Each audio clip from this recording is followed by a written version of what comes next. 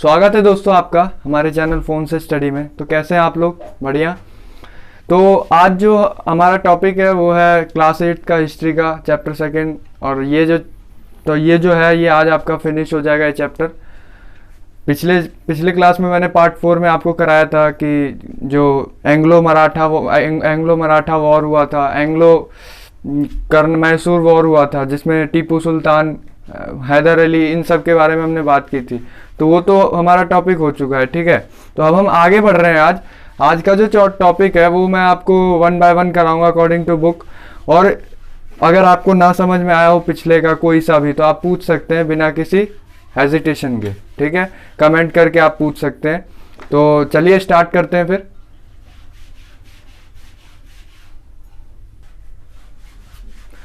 चलिए दोस्तों, अब अपने पहले टॉपिक की बात करते हैं आज। तो अपना जो पहला टॉपिक है आज का वो है द क्लेम टू पैरामाउंट सी। अब ये जो पैरामाउंट सी है, पैरामाउंट सी का क्या मीनिंग है? पैरामाउंट सी का क्या मीनिंग है? पैरामाउंट सी का मतलब है सर्वोच्चता। क्या मतलब है? सर्वोच्चता। तो इसके बारे में थोड़ा पढ़ लेते हैं। When the governor general was Lord Hastings. जब जो इंडिया के गवर्नर जनरल कौन थे? लॉर्ड हेस्टिंग्स, ठीक है। गवर्नर जनरल कौन थे? Lord Hastings. फ्रॉम 1813 टू 1823, 1813 से लेकर 1823 तक। तो उस टाइम एक नई पॉलिसी, एक नई नीति को अपनाया गया। उसको क्या कहा गया? उसको कहा गया पैरामाउंट सी। पैरामाउंट सी कहा गया। पैरामाउंट सी का मतलब मैंने अभी आपको बताया सर्वोच्चता, मतलब अपने आप को सबसे ऊपर बताना कि हम सबसे ऊपर हैं। वॉज इनिशिएटेड, ये इनिशिएट किया गया ब्रिटिशर्स के द्वारा। Now the company claim that it's authority was Paramount और सुप्रीम। अब जो था वो कंपनी जो थी, ब्रिटिश ईस्ट इंडिया कंपनी जो थी, उन्होंने क्लेम किया। क्लेम का मतलब दावा किया कि इट्स अथॉरिटी, मतलब जो इनकी अथॉरिटी है, जो इनका विभाग है, वो क्या है? पैरामाउंट है। पैरामाउंट मतलब सर्वोच्च है, सबसे ऊपर है। पैरामाउंट कह लो या फिर सुप्रीम कह लो। सुप्रीम का मतलब भी सर्वोच्च होता है। हैंस, और इस तरह it's power was greater than that of Indian states. और इसीलिए उन्होंने कहा कि जो हमारी जो शक्ति है, पावर है, वो ग्रेटर देन है, मतलब बड़ी है। किससे? इंडियन स्टेट्स के मुकाबले। जो भारतीय राज्य है, प्रांत है, उनके मुकाबले जो हमारी पावर है वो क्या है? ग्रेटर देन है, मतलब बड़ी, ज्यादा है। किनके मुकाबले? इंडियन स्टेट्स के मुकाबले। In order to protect its interests, it was justified in annexing or threatening to annex any Indian kingdom. अब देखो, अपने इंटरेस्ट को प्रोटेक्ट करने के उद्देश्य से, ठीक है।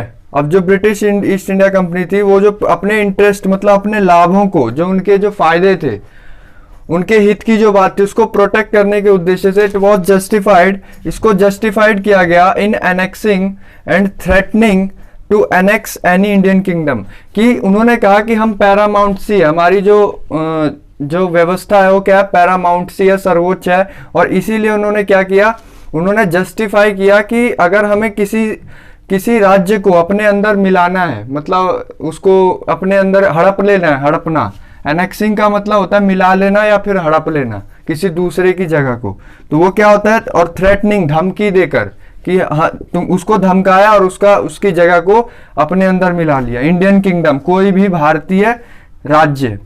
This view continued to guide later British policies as well.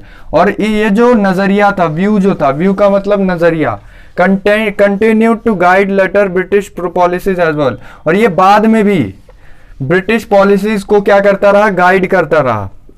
Guide मतलब उसको एक रास्ता बताता रहा कि हम इसी रास्ते पे चलकर क्या कर सकते हैं? सबको अपने अंडर कर सकते हैं। This process however did not go in unchallenged.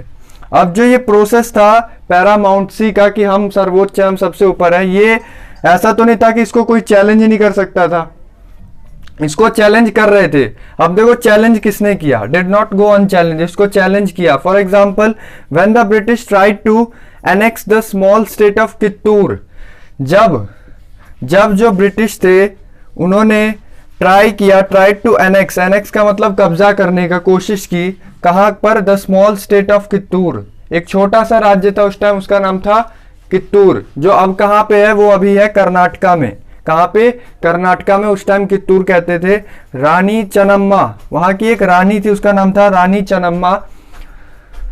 Took the arms and led an anti British resistance movement. जो वहां की रानी थी, रानी चन्नम्मा, उसने एक आंदोलन चलाया, विरोध आंदोलन। किसके खिलाफ? एंटी ब्रिटिश, ब्रिटिशर्स के खिलाफ एक विरोध आंदोलन चलाया कि हमें इनकी जो ये पैरामाउंट्सी का जो ये पॉलिसी है ना, ये हमें स्वीकार नहीं है, इसलिए हम इसका विरोध करते हैं। इसलिए इन्होंने एक रेजिस्टेंस मूवमेंट चलाया। क्या चलाया?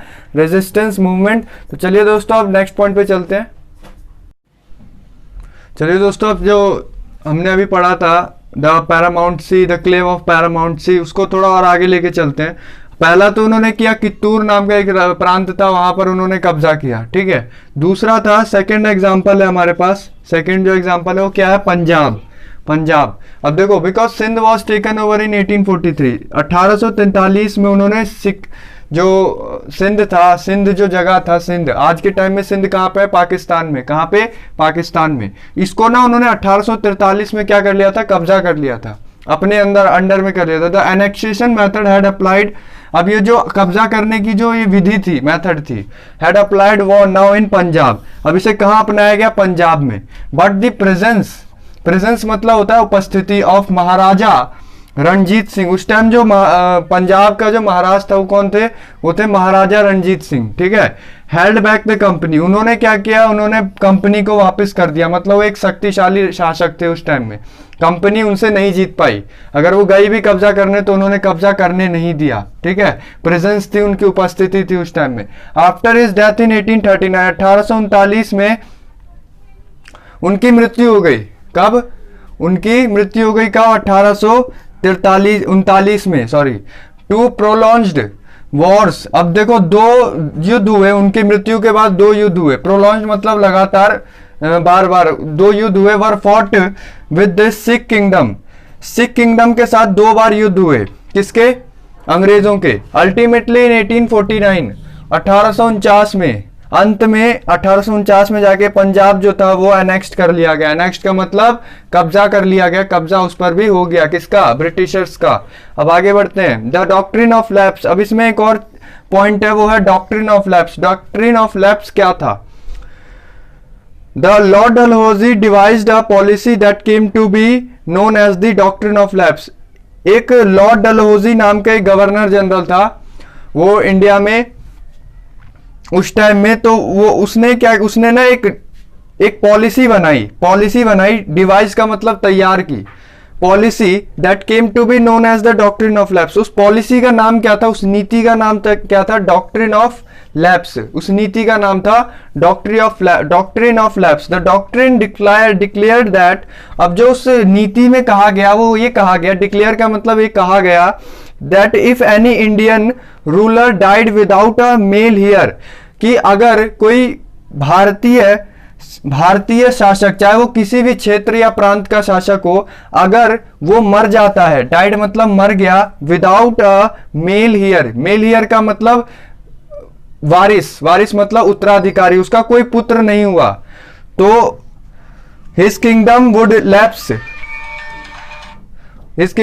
Lapse that it's. अब देखो, उन्होंने कहा कि अगर उसके कोई वारिस नहीं हुआ तो जो उसका राज्य है वो क्या कर लिया जाएगा? लैप्स कर लिया जाएगा। लैप्स का मतलब उनके अंडर कंट्रोल में वो आ जाएगा। That is become a part of territory of British India, ठीक है। That will become a part of territory of British India. चलिए दोस्तों अब नेक्स्ट पॉइंट पे चलते हैं। चलिए दोस्तों अब नेक्स्ट पॉइंट की बात करते हैं। अभी हमने बात की थी डॉक्ट्रिन ऑफ लैप्स की, ठीक है। डॉक्ट्रिन ऑफ लैप्स जो था, नीति बनाई थी किसने? लॉर्ड डलहौजी ने।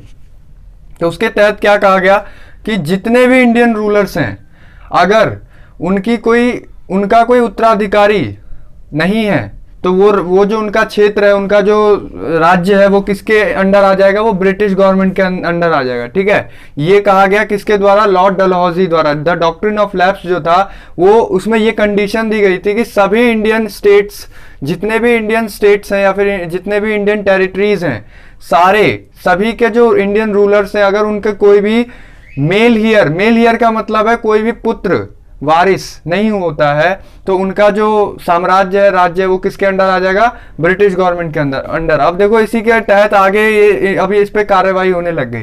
वन किंगडम आफ्टर अनदर, एक के बाद एक राज्य was annexed.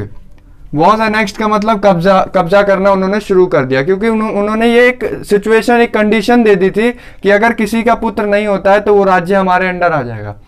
Simply by applying this doctrine, ये जो पॉलिसी थी उसके तहत उन्होंने देखो किस किस राज्य को अपने अंडर किया। सतारा जो है ये महाराष्ट्र में है आज के टाइम में। उस टाइम में ये एक प्रांतीय क्षेत्र था। 1848 में उन्होंने इसके शासक को अपने अंडर कर लिया। उसके बाद संबलपुर 1850 में, उदयपुर राजस्थान में है आज के टाइम में। 1852 में नागपुर महाराष्ट्र में है 1853 में।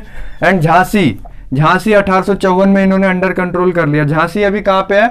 आपका जो ग्वालियर झांसी जो पड़ता है वो वहीं पे, ये झांसी इलाका वहीं पे पड़ता है, ठीक है। Finally in 1856 the company also took over Awadh, और 1856 में कंपनी ने अवध पे भी ऑल्सो टुक ओवर, मतलब उस पे भी कब्जा कर लिया। कब? 1856 में, ठीक है।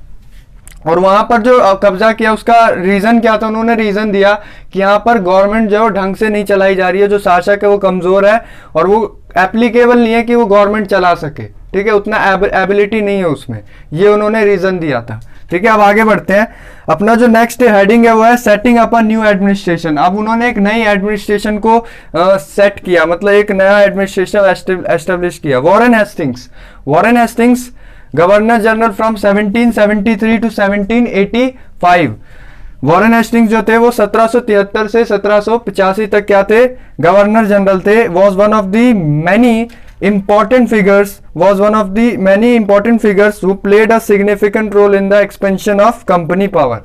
अब देखो ये जो गवर्नर जनरल था वॉरेन हेस्टिंग्स, इसका बहुत बड़ा रोल था। अगर ब्रिटिश ईस्ट इंडिया कंपनी का एक्सपेंशन हुआ, एक्सपेंशन मतलब उसका जो विस्तार हुआ, तो उसका विस्तार करने में सबसे इंपॉर्टेंट रोल किस व्यक्ति का था? इस व्यक्ति का। क्या नाम था? Warren Hastings. ये गवर्नर जनरल था 1773 से लेकर 1785 तक, और इसने एक बहुत ही सिग्निफिकेंट रोल, मतलब बहुत ही अहम किरदार निभाया एक्सपेंशन ऑफ कंपनी पावर। जो कंपनी की शक्ति थी उसको एक्सपेंशन करने में, उसको बढ़ाने में। By his time the company had acquired power not only in Bengal but also in Bombay and Madras। जब वो गवर्नर जनरल था तो उस दौरान जो कंपनी ने बहुत ही एक्वायर का मतलब होता है प्राप्त किया। क्या? Power. Acquired power not only in Bengal, खाली बंगाल में ही नहीं, कहां पर? उन्होंने बॉम्बे और मद्रास में भी, कहां पे? बॉम्बे और मद्रास में भी क्या किया? अपना एडमिनिस्ट्रेशन स्थापित किया। चलिए दोस्तों आगे बढ़ते हैं।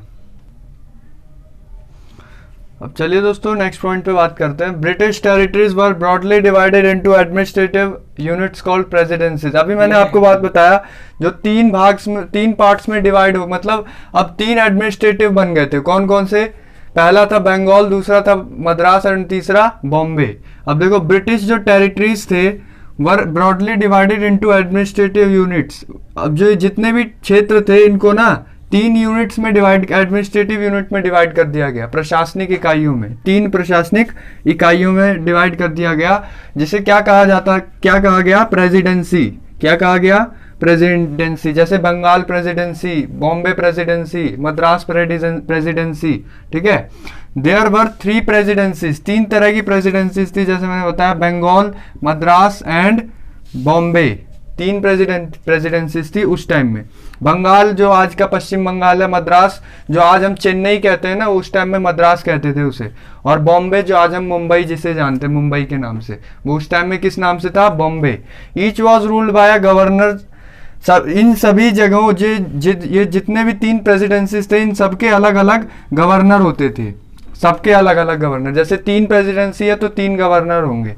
फ्रॉम 1772 से a new system of justice was established, एक नया सिस्टम आया, एक नई पद्धति आई, पद्धति या फिर कह सकते हो प्रणाली आई, न्यायिक प्रणाली, जस्टिस मतलब होता है न्याय, न्याय करने की प्रणाली, एक नई प्रणाली आई 1772 में। Each district was to have 2 courts, हर एक जिले में अब 2 तरह के कोर्ट्स होने लग गए। कितने तरह के?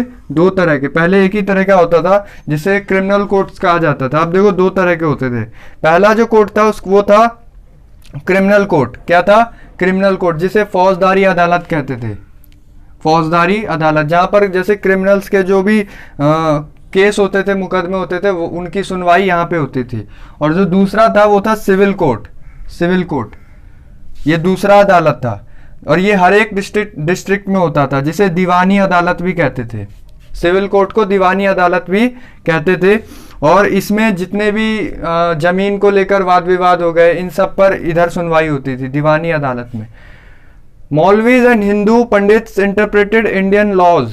अब देखो, अब ये जो नया इंडियन जस्टिस जुडिशरी, जो भी नई सिस्टम जो लागू किया इन्होंने, गवर्नर्स ने मिलके सिस्टम, तो इस पर ना मौलवी जो थे, जो मुसलमान मतलब जो मौलवी जो थे और जो हिंदू पंडित्स थे, जो पंडित थे, उन्होंने इंटरप्रेट किया। इंटरप्रेट का मतलब आपत्ति जताई, आपत्ति जताई किस पे? इंडियन लॉज पे, जो नया सिस्टम हुआ था उस पे। For the European district collectors, कि अगर फैसले भारतीय राज्यों से संबंधित हैं तो उस पे फैसले कौन करेगा? उनको, ये जो मौलवीज और हिंदू पंडित से, इनके अनुसार इनका मानना था कि अगर भारतीय जो क्षेत्र हैं इधर की कोई वाद विवाद की बात है तो इस पर जो फैसले हैं वो यहीं के लोग उनको ही करना चाहिए। इसलिए उन्होंने इस यूरोपियन डिस्ट्रिक्ट कलेक्टर्स पर क्या किया? आपत्ति जताई।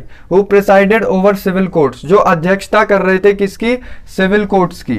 सिविल कोर्ट्स की अध्यक्षता ये कर रहे थे, ठीक है। लेकिन अभी भी जो क्रिमिनल कोर्ट्स थी उसकी अध्यक्षता कौन करता था? काजी। काजी एक वो व्यक्ति होता था जो इस्लामिक स्कॉलर, मतलब जो धार्मिक शिक्षक बोलते हैं ना, जिसे धर्म के बारे में शिक्षा देते हैं, जो मुस्लिम धर्म के बारे में शिक्षा देते हैं, काजी उनको ना, और मुफ्ती, ये सब जो थे ये क्या करते थे? क्रिमिनल कोर्ट्स के अभी भी क्या थे? वो थे अध्यक्ष थे, प्रेसिडेंट थे। और जो सिविल कोर्ट थे उसके अध्यक्षता कौन करते थे? ये यूरोपियन डिस्ट्रिक्ट कलेक्टर्स, ठीक है। चलिए नेक्स्ट पॉइंट पे बात करते हैं। चलिए दोस्तों, अब लास्ट टॉपिक है अपना इस चैप्टर का, उस पर डिस्कस कर लेते हैं थोड़ा। टॉपिक का नाम है द कंपनी आर्मी। क्या है? कंपनी आर्मी, मतलब जो कंपनी थी उसकी आर्मी। आर्मी मतलब क्या होता है? सेना, सेना, ठीक है। Colonial rule in India brought in some ideas of administration and reform, but its power rested on its military strength. अब देखो, ये जो कॉलोनियल रूल था, कॉलोनियल रूल का मतलब Britishers company, East India company का जो रूल था in India, brought in some ideas, थोड़ा कुछ आइडिया लेके आए वो यहाँ पे, किस चीज के? Administration and reform. देखो, जो पहले प्रशासनिक व्यवस्था थी इंडिया की वो उतनी बेहतर नहीं थी, लेकिन जब ये आए तो इन्होंने उसमें कुछ सुधार किया और अपने अनुसार सब चलाया। रिफॉर्म किया, रिफॉर्म मतलब सुधार, ठीक है। रिफॉर्म का क्या मतलब होता है? सुधारना किसी चीज को। But its power rested on its military strength, लेकिन जो इनकी पावर थी वो रेस्टेड ऑन मिलिट्री स्ट्रेंथ। इनकी मिलिट्री स्ट्रेंथ अभी भी उतनी ढंग की नहीं थी। एडमिनिस्ट्रेशन तो इन्होंने ठीक कर लिया, लेकिन जो इनकी मिलिट्री स्ट्रेंथ थी वो अभी भी उतनी पावरफुल नहीं थी। The Mughal army was mainly composed of cavalry. अब जो मुगल आर्मी थी वो मेनली कंपोज, मतलब जो उनकी जो आर्मी बनाई जाती थी, जो मुगल सेना थी, वो किस पे बनाई जाती थी? कैवलरी पे। कैवलरी का क्या मतलब होता है? कैवलरी का मतलब होता है ट्रेन्ड सोल्जर्स ऑफ हॉर्सबैक, यानी कि घुड़सवार। क्या कहते हैं उसको? घुड़सवार। हिंदी में कहें तो घुड़सवार, जो घोड़े की सवारी करते हैं, वो वाली सेना। तो ये सेना किसके पास थी? ये मुगल के पास थी, मुगल सेना थी ऐसी। तो एंड इन्फेंट्री दैट इज पैडल सोल्जर्स, और साथ ही उनके पास पैडल सोल्जर्स मतलब जो पैदल सैनिक थे वो वाले, वो भी सोल्जर्स उनके पास थे। किनके पास? मुगल सेना के पास। They were given training in archery and they use of the sword. अब देखो आर्चरी, आर्चरी का मतलब होता है तीरंदाजी, आर्चरी का मतलब तीरंदाजी। इन्होंने इसको तीरंदाजी की ट्रेनिंग दी, मतलब जो यहाँ की सेना थी, मुगल सेना थी, उनको आर्चरी तीरंदाजी की training the. And the use of the sword, sword, sword की क्या मीनिंग होती है? अब जो कंपनी थी वो सेना को क्या, किसकी ट्रेनिंग देना चाहती थी? वो आर्चरी की ट्रेनिंग देना चाहती थी। आर्चरी मतलब तीरंदाजी, और साथ में and the use of the sword, sword का मतलब होता है तलवारबाजी। जो सेना थी उसको तलवारबाजी भी आनी चाहिए, मतलब तलवार चलाना। A change occurred in the 18th century, एक बदलाव आया, एक बदलाव हुआ का 18वीं शताब्दी में। कब? 18वीं शताब्दी में। When Mughal successor states like Awadh and Banaras started recruiting peasants into their आर्मीज। अब देखो 18वीं शताब्दी में क्या हुआ, जो मुगल सक्सेसर थे, मुगल सक्सेसर का मतलब जो मुगल उत्तराधिकारी, मतलब जो नए शासक बने, उन्होंने क्या किया, जैसे स्टेट्स थे वो कौन से थे? अवध और बनारस, ये जो दो स्टेट्स थे, इन्होंने स्टार्टेड रिक्रूटिंग। रिक्रूटिंग का मतलब होता है भर्ती, भर्ती करना। रिक्रूट का मतलब होता है भर्ती, भर्ती करना। सेना में उन्होंने भर्ती, started recruiting peasants into their आर्मीज। Peasants मतलब किसान। अब उन्होंने किसानों को अपनी आर्मी में भर्ती करना शुरू किया। किसने? मुगल सक्सेसर, यानी कि मुगल उत्तराधिकारियों ने, ठीक है। Into their armies and training them as professional soldiers, और उनको ट्रेनिंग दी, और उनको ट्रेनिंग दी किसकी तरह? प्रोफेशनल सोल्जर्स की तरह। यानी कि जो प्रोफेशनल सोल्जर्स होते हैं, जैसे जो बीएसएफ के जवान जो हम देखते हैं, सीआरपीएफ वाले, वो सारे कौन है? वो प्रोफेशनल सोल्जर्स होते हैं। तो उस टाइम भी जो सोल्जर्स होते थे उनको, अब ये जो किसान थे, इनको प्रोफेशनल सोल्जर्स की तरह ट्रेनिंग दी जाने लगी। कहाँ पे? अवध और बनारस में। The company adopted the same method. अब जो कंपनी थी उन्होंने भी सेम मेथड को अडॉप्ट किया। अडॉप्ट मतलब अपनाया। When it began recruitment for its own army, जब इन्होंने अपनी सेना, मतलब जो कंपनी की अपनी सेना थी, जब इन्होंने अपनी सेना में भर्ती शुरू की तो इन्होंने यही मेथड अपनाया, और इस मेथड में उन्होंने भी किसानों को सेना में भर्ती करना शुरू किया।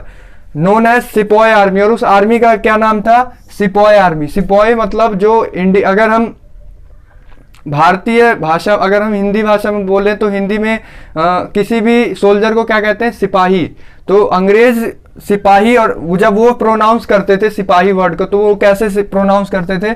सिपोय। क्या बोलते थे? सिपोय। तो इसलिए इसको सिपोय आर्मी कहा गया। तो दोस्तों ये था आपका लास्ट टॉपिक इस चैप्टर का, और इसी के साथ जो आपका चैप्टर है वो भी यहीं फिनिश होता है, ठीक है।